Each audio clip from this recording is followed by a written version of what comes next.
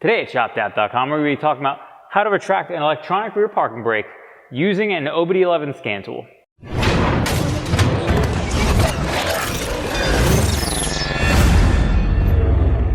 Before we go and show you the actual process of retracting the electronic rear parking brake on this, we just want to talk about real quickly, before you do this process, you have to make sure that the brake assembly is completely assembled, so hasn't been disassembled. If you attempt to do this after disassembling the brakes, you could cause some issues. So you do want to make sure that 100% you follow this process, because if you don't, you could have some issues and then you may have to replace your rear caliper. So be sure to follow this process to a T.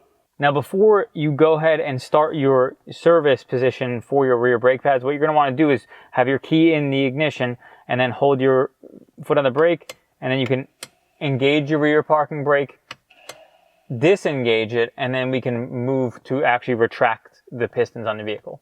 Now that we've done that, we are ready to work with our OBDeleven. We have it plugged into our dashboard. If you're not familiar with OBDeleven, we will link to it in the description below where you can check that out. To do this particular function, you will need the OBDeleven Pro version. If you do not have the Pro version, you can do this through the apps function, but we're going to be showing you the manual coding or the manual option. We're going to go to our list of control modules on the bottom right there, and then scroll down to our electronic rear parking brake. Once we select parking brake, we are in here and you can see your list of options. We're going to go to basic settings, and then we're going to go to start lining change mode. Now once you've done that, you can hold down the check mark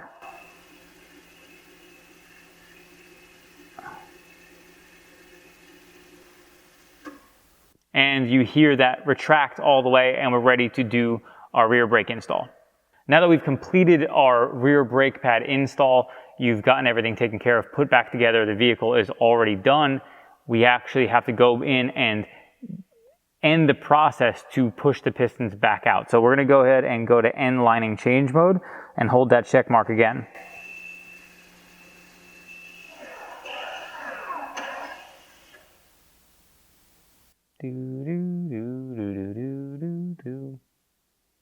Now that we've completed your install and actually pushed the pistons back out, you did hear them run all the way out and then back off a little bit.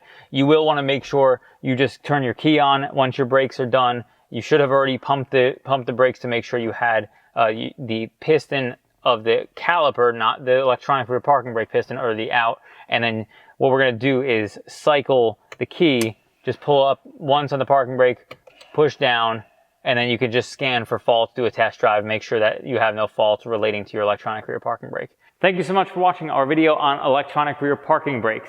If you like this video, be sure to give it a thumbs up and subscribe for more like it.